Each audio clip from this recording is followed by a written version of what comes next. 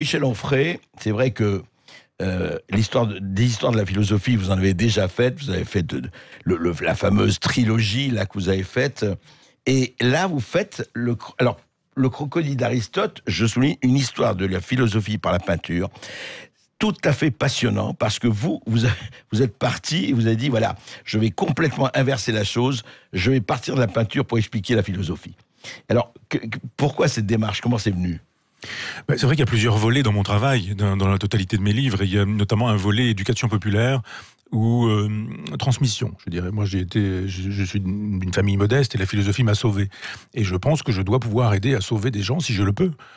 Avec la philosophie, en disant, regardez, ces sagesses antiques, la plupart du temps, mais toute cette philosophie, 25 siècles de philosophie occidentale, elle a des choses à vous dire. Alors, comme les philosophes de profession ont souvent confisqué la philosophie pour eux-mêmes, avec des mots compliqués, avec des expressions compliquées, avec des questionnements compliqués, pourquoi y a-t-il de l'être plutôt que rien? Comment des jugements synthétiques a priori sont-ils possibles? Alors on se dit effectivement, si c'est ça la philo, laissons ça aux spécialistes. En revanche, pour moi, la philo, c'est pas ça. C'est comment vivre, vieillir, souffrir, mourir, comment être lucide. La sagesse. Ce que vous avez fait, par exemple, tout à l'heure, dans ce terrible billet d'actualité. C'est-à-dire regarder, voir ce qu'il y a à voir. C'est ça, finalement, le vrai travail philosophique. Plutôt que de voir des fictions, de voir des illusions, de voir des légendes, de voir des mythes, ce qu'on a plutôt tendance à faire habituellement, parce qu'on préfère toujours des fictions qui nous sécurisent, je dis toujours ça, à des vérités qui nous angoissent ou qui nous inquiètent. Et donc, le travail philosophique, pour moi, c'est ça. C'est donc pas réservé aux philosophes, c'est donc réservé à quiconque veut s'en emparer. Et le crocodile d'Aristote invite à dire, regardez un peu, par exemple, la peinture, et elle vous dira des choses philosophiques majeures. Donc, je prends toujours un objet, un détail, dans une peinture, par exemple. C'est ça, vous avez pris un détail. C'est ça. Pas là, ouais. Et à partir du détail, je réécris l'histoire de la pensée. Donnez-nous un exemple. Prenons un exemple. Eh bien, par exemple, Diogène jette son écuelle. Diogène est un philosophe cynique qui veut se dépouiller totalement pour vivre selon les principes de la nature. Voilà pourquoi il prend le chien comme modèle. Il dit, regardez le chien, il pisse sur la place publique, il copule sur la place publique, il mord la main de qui veut le caresser. Et donc, Diogène est une figure intéressante qui se dépouille de tout en disant, mon manteau, mon bâton, pour taper sur les gens qui me gênent et qui m'ennuient, et une écuelle pour pouvoir boire quand la fontaine est là. Et, voilà. Et un jour, Diogène voit un jeune garçon qui boit à même ses mains. Et il se dit, mais bon sang, je suis en train de trimballer quelque chose d'inutile. Et il jette son écuelle. Alors évidemment, c'est une petite histoire, c'est une anecdote, mais moi je pense que cette anecdote, elle ramasse la totalité de la philosophie. Donc je dis, voilà, ne vous chargez pas de choses inutiles. Les philosophes cyniques nous disaient, il faut s'ensauvager d'une certaine manière, retrouver le sens de la nature. Oublier que nous sommes des êtres de culture, même si, évidemment, il y a une part de provocation chez Diogène. Il n'invite pas à tuer son prochain, mais il invitait, par exemple, à manger de la chair humaine, et à manger cru. Il allait jusque-là, oui. Oui, il invitait. Alors, on ne pense pas qu'il l'ait fait, mais c'est une façon un peu de choquer, je dirais. Ouais. Et donc, je pars de la toile de Poussin, et justement de cet objet qui est l'écuelle jetée par Diogène. Alors après, on peut faire ça avec n'importe quelle peinture qui met en scène un philosophe, parce que la plupart du temps, un peintre peint une idée. Et cette idée, ça ne se peint qu'avec un objet. Vous ne pouvez pas peindre une idée. Mais vous avez pris les grands peintres classiques, en fait. Pas toujours, parce que oui, vous avez raison. Il y a les grands peintres classiques. Il y a David, par exemple, pour la mort de Socrate. Il y a effectivement Poussin pour Diogène dont je viens de parler. Mais il y a, par exemple, Sandro di Tito, qu'on connaît assez peu, mais qui est le peintre qui a fait un portrait de Machiavel, que tout le monde connaît. Tous les gens qui ont fait un peu des études de philo, qui ont lu un article un jour dans un journal ou dans une revue sur Machiavel, connaissent le portrait de Machiavel fait par Sandro di Tito. Et puis il y a magnifique le portrait de Nietzsche par Edvard Munch, voilà, qui est formidable. Voilà. Enfin, voilà. Alors ça c'est pareil, c'est sur tous les bouquins de Nietzsche, toutes les rééditions en poche. Il y a aussi quelque chose sur lequel je me permets d'attirer votre attention, c'est parce que je voudrais remercier Sylvie Giraud, qui est la directrice du château de Valençay. Et à Valençay, l'ancien château de Talleyrand, eh bien il y a une toile qui est probablement de Léonard de Vinci et qui montre Machiavel et le véritable visage de Machiavel, assez probablement. Donc je la remercie parce qu'elle nous a rendu possible le scoop, je dirais, et la peinture est dans cet ouvrage. Et puis, elle présentera la peinture à la fin du mois officiellement. Mais donc là, on a un visage de Machiavel connu par personne, et peut-être le vrai visage de Machiavel. Oui, c'est vrai que c'est un scoop, c'est vrai. Découvrir Machiavel. Et surtout découvrir une peinture probablement de Léonard de Vinci, que personne ne connaît. Non, mais ce qui est formidable, il y a tout, la lancette de Sénèque, l'encrier de saint Thomas d'Aquin, le jardin de Marcilly Ficin, et puis alors, vraiment avec des toiles magnifiques, les gants de Machiavel. magnifique. Ça, c'est au Palazzo Vecchio, celui-là, le dit Tito. Et c'est vrai que c'est extraordinaire. Comment il s'appelle aussi La main de Descartes. Oui. À chaque fois, vous prenez quand même des détails. Un détail, c'est ça. Oui. Ouais. Et en même temps, il y avait un livre de Daniel Arras qui était très intéressant, que j'ai lu il y a très longtemps, qui est disparu trop tôt, Daniel Arras, qui faisait un vrai travail intéressant d'historien de l'art, qui nous invitait à regarder les détails dans la peinture. Et vous regardez une peinture, vous la connaissez, et puis d'un seul coup, on vous dit, vous avez vu la mouche, là, très précisément, sur le bas de la toile, et vous dites, ah, mais j'avais pas du tout vu cette mouche. Ouais. Et on se dit, bah, évidemment, il a peint une mouche, c'est pas par hasard. Peint pas par hasard une toute petite mouche sur une toile, et il dit, bah, que veut dire cette mouche? Et il nous faisait tout un travail de réflexion sur la question de la nature morte, sur la question de la fragilité de l'existence, etc. Et je me suis inspiré de cette idée qu'effectivement, le détail racontait la totalité, et finalement, ça marche assez bien, parce qu'avec une trentaine de toiles, il y a des petits objets qui donnent l'impression d'être totalement anodins, et qui finalement sont des concentrés de philosophie. En fait, un peintre ne fait rien sans dessin. Au grand dessin EIN, sans projet, parce qu'il y a effectivement les peintres qui dessinent, puis les peintres qui ne dessinent pas. Il y a vieille théorie, effectivement, des coloristes et des dessinateurs. Mais oui, parce que je pense que c'est toujours difficile de peindre une idée. Et la plupart du temps, il peigne une phrase. Et cette phrase, elle résume la pensée. C'est-à-dire que vous avez des grands historiens de la philo dans l'Antiquité, Diogène Laërce, par exemple, qui n'a rien à voir avec Diogène de Sinope, dont on vient de parler, mais qui a écrit Vie, opinion et sentence des philosophes illustres, qui raconte des choses extraordinaires sur la totalité des philosophes. Il nous donne des anecdotes considérables comme ça. Et à un moment donné, il y a une phrase, et cette phrase, elle est peinte par le peintre, qui effectivement... Et ça, c'est très bien capté. Michel Onfray, on reste ensemble. On se retrouve tout à l'heure. Et on continue à parler de votre ouvrage Le Crocodile d'Aristote, une histoire de la philosophie par la peinture. C'est publié chez Albin Michel. Là, tout de suite sur Sud Radio. Et on est toujours avec André Berkoff dans tous ses états et son invité Michel Onfray, auteur de ce livre qu'il nous présente, Le Crocodile d'Aristote, une histoire de la philosophie par la peinture, qui est publié chez Albin Michel. Et également le dictionnaire de Michel Onfray, une collection de textes qui paraît en même temps aux éditions du Cherche Midi. Alors Michel Onfray, vous avez écouté, effectivement, vous avez parlé de ces billets, de ces actualités. Effectivement, vous me rappeliez hors micro, mais je savais que vous avez écrit Décadence, un trilogie, elle est de 500 pages dans la trilogie. Mais qu'est-ce qui se passe en ce moment? On parlait de cet affrontement assez unique, des policiers qui caillassent des pompiers. Où on en est d'ailleurs? Juste un mot là-dessus, je vous rappelle, Debord, il y a 20 ans, 25 ans, donc c'est pas nouveau, disait quand dans une société on commence à caillasser les pompiers, parce que c'était déjà le cas, c'est vraiment une espèce de signe d'effondrement ou en tout cas de désagrégation. Oui, d'abord, ça manifeste l'inculture des barbares qui leur tapent dessus. Enfin, je dirais, il y a deux types de barbares qui leur tapent dessus. Il y a des barbares commandés par Castaner, et puis il y a des barbares qui, dans les banlieues, disent « on ne veut pas de vous parce que les banlieues, c'est chez nous, c'est pas chez vous. Et on ne veut voir personne d'autre que nous ou que les gens à qui on aura donné l'Ausweis. » Donc, un pompier qui n'arrive que pour faire du bien aux gens. Il est désarmé, il vient sauver des vies. Absolument. Ouais. On n'a jamais vu un pompier faire le mal autour de lui. C'est pas parce qu'il y a 3 pompiers pyromanes sur 10 ans que pour autant les pompiers seraient des gens qui mettraient le feu. Et ce sont des gens qui aident leurs semblables et leurs prochains, qui viennent les aider, les sauver, qui viennent leur faire des gestes qui permettent de les sortir du mauvais pas dans lequel ils se trouvent, etc. Et on se met à tabasser ces gens-là, d'une part, c'est-à-dire les gens qui disent dans les banlieues, laissez-nous chez nous faire notre petit trafic et notre petit business. Et puis en face, il y a quelque chose d'assez sidérant, c'est la police qui gaze des pompiers. Ça veut dire que la police se comporte comme les petits délinquants de banlieue qui veulent absolument qu'effectivement on respecte leur territoire. Et Macron veut qu'on respecte son territoire, qu'il est le roi de France. Il est le roi de France et il estime que quiconque s'oppose à lui doit pouvoir avoir un œil arraché, une main arrachée, doit pouvoir se faire gazer. Alors une fois ce sont les gilets jaunes, une fois ce sont les pompiers, mais après ce sont les infirmières, ce sont les médecins, ce sont même aussi les avocats. Tout le monde descend dans la rue. Personne n'a de raison d'être content aujourd'hui. On ne peut pas imaginer que ça puisse continuer longtemps. On voit qu'avec ce qui s'est passé à la préfecture de Paris, Macron dit je prends la parole. Il prend la parole pour dire attention à l'amalgame.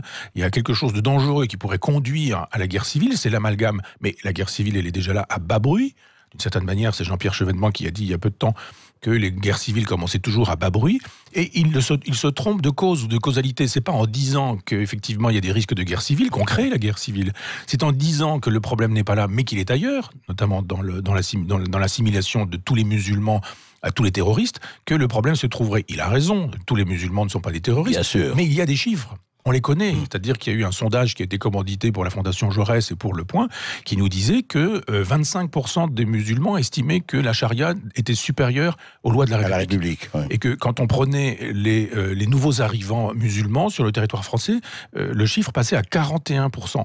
C'est là qu'est le problème. Donc effectivement, il faut éviter de stigmatiser. Évidemment, il faut éviter d'assimiler la totalité des musulmans. Et ce serait justement au nom de idiot et faux. Et voilà, et au nom de ces musulmans. Mais pour le coup, être sévère sur les 25%. Être sévère pour dire aux 75% restants, restez chez nous, venez chez nous, ou soyez républicains encore, et ne basculez pas de l'autre côté. Et ça, c'est un travail qui n'est pas fait. Donc c'est lui qui fait l'amalgame, mais un amalgame inverse. Il y a l'amalgame du Front National qui nous dit tout porteur du voile est un terroriste, et lui qui dit tout terroriste n'a rien à voir avec l'islam. Ça aussi, c'est un amalgame. Ce sont deux dénis qui se juxtaposent. C'est l'avers et le revers de la même médaille. C'est le recto et le verso de la même feuille.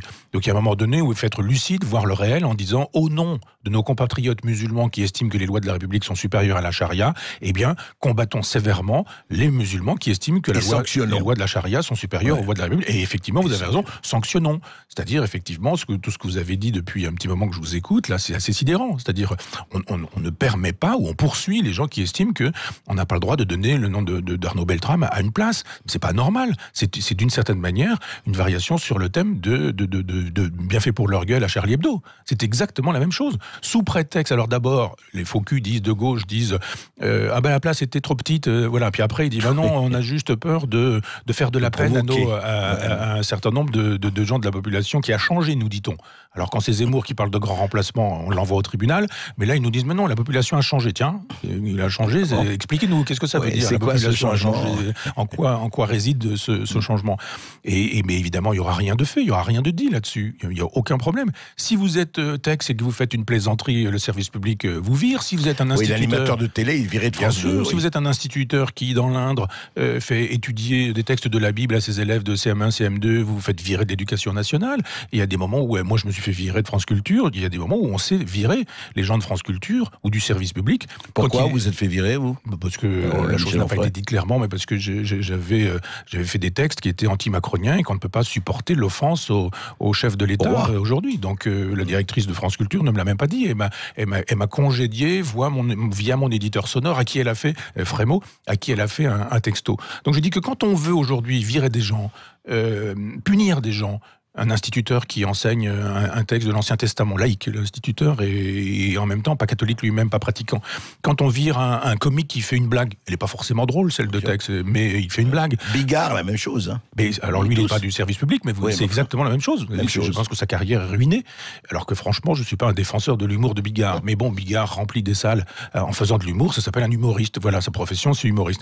Ça me fait pas rire, ça en fait rire d'autres, donc c'est un humoriste. On a le droit de trouver que son humour n'est pas drôle, mais au moins de savoir que son humour pas drôle, c'est de l'humour. Et qu'au nom de l'humour, on doit le laisser dire ce qu'il a à dire. Mais Michel Onfray, comment vous expliquez, alors que tous ces princes qui nous gouvernent ne sont pas tous quand même des rachitis du bulbe, ils ne voient pas les choses, ils ne voient pas qu'en faisant cette espèce, alors aussi bien de censure violente, on parlait policiers et pompiers, que de censure intellectuelle, que de censure morale, que de déni, ils ne voient pas qu'ils aggravent les choses au lieu de les guérir, ou en tout cas de Mais je ne suis pas complotiste, mais simplement j'essaie de prendre un petit peu de hauteur, et je vois bien que ceux que j'appelle les maastrichtiens, c'est-à-dire les libéraux, tous les gens qui estiment que quand on est souverainiste, on est antisémite. Vous voyez récemment Jacques Attali disant que tout souverainiste était un antisémite. Par exemple, le général de Gaulle est un antisémite, bien sûr.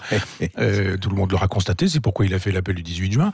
Et on se dit, mais qu'est-ce que c'est que ce délire, cette incapacité à voir le réel en face? Eh bien, c'est très simple. Moi, je pense que les maastrichtiens, les libéraux, veulent la destruction de l'État. Ils veulent la destruction des nations. De la nation. Oui, de la nation. La nation et l'État. Et que tout ce qui permet de détruire les identités nationales et les souverainetés nationales est formidable parce qu'il faut faire un grand marché.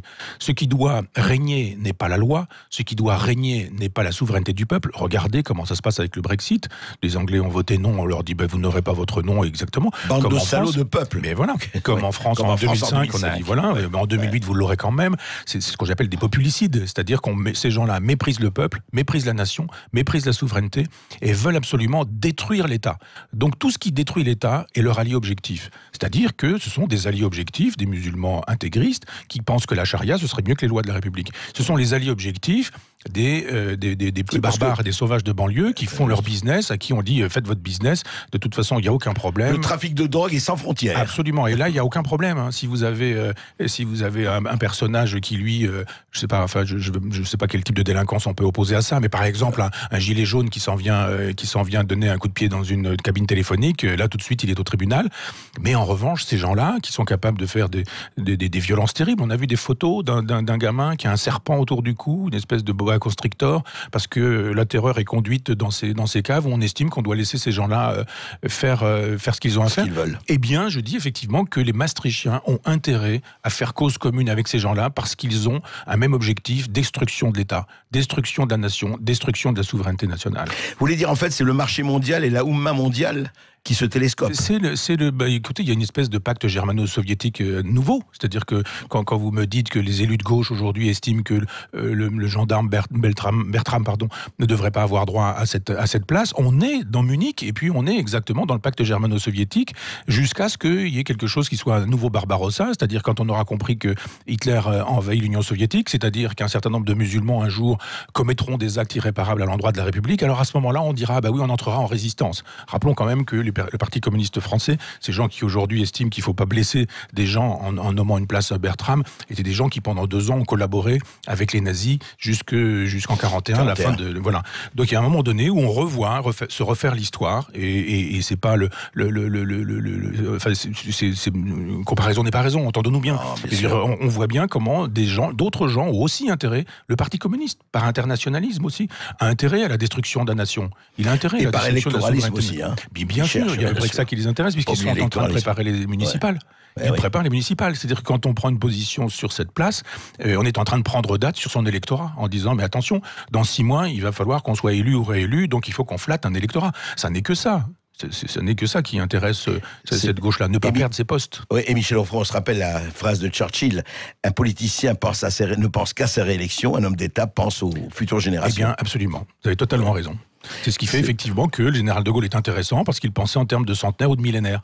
Et quand de Gaulle disait de manière assez drôle d'ailleurs, ça fait 1000 ans que je le dis, et ben, c'était assez drôle parce qu'effectivement c'était une façon de dire je suis pour l'instant la voix de la France mais la France continuera sans moi, etc. Je pense hélas que la France peut disparaître parce qu'il y a un tas de gens qui ont intérêt à ce qu'elle disparaisse.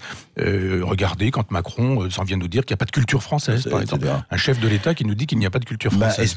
Espérons que grâce à vous et à un certain nombre de gens, je pense que la France ne disparaîtra pas. En tout cas merci Michel Onfray. Et je rappelle la référence de votre ouvrage que tout le monde peut se procurer dans les librairies, évidemment, Le Crocodile d'Aristote, une histoire de la philosophie par la peinture. C'est publié chez Albin Michel. Merci à vous Michel Onfray. Merci André Berkoff. On vous retrouve lundi à midi en direct dans tous vos états sur Sud Radio.